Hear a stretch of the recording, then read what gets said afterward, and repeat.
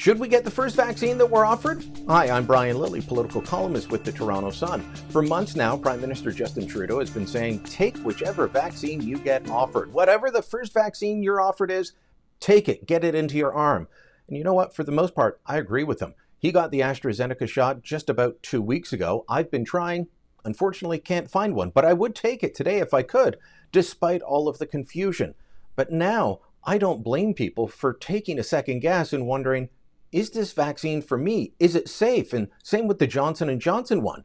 This fear isn't being driven by some quack who thinks that COVID is a hoax or an anti-vaxxer that thinks it's going to reprogram our genes or our DNA. This is being driven by the people at the top of the National Advisory Committee on Immunization, or NACI, as it's called. Here's their vice chair in a news conference on the advice.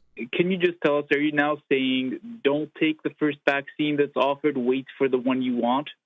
So what we're saying is that, and what we've said all along, is that the mRNA vaccines are the preferred vaccine.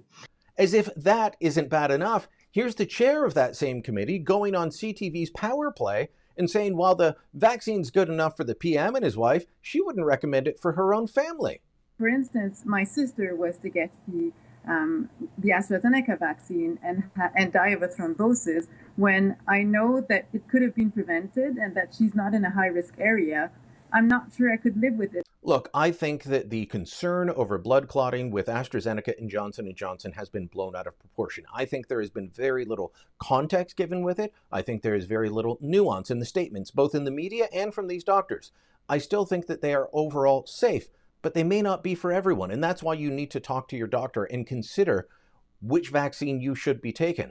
I know that there are a lot of Twitter doctors and TV doctors who are outraged that NACI would say such a thing. In reality, they're being honest. There is a risk profile. Their communications are horrible, but they're being honest. And ordinary Canadians without a medical background are going to be concerned. This is detrimental to the entire recovery from COVID-19. But at least it's having an open and honest conversation about vaccines. Talk to your doctor. Talk to your medical professional. Don't take advice from Twitter on whether you should get vaccinated or how or which vaccine you should take. Let us know what you think. Drop a comment down below. Share this on Twitter, on Facebook, on any social media, and help spread the word.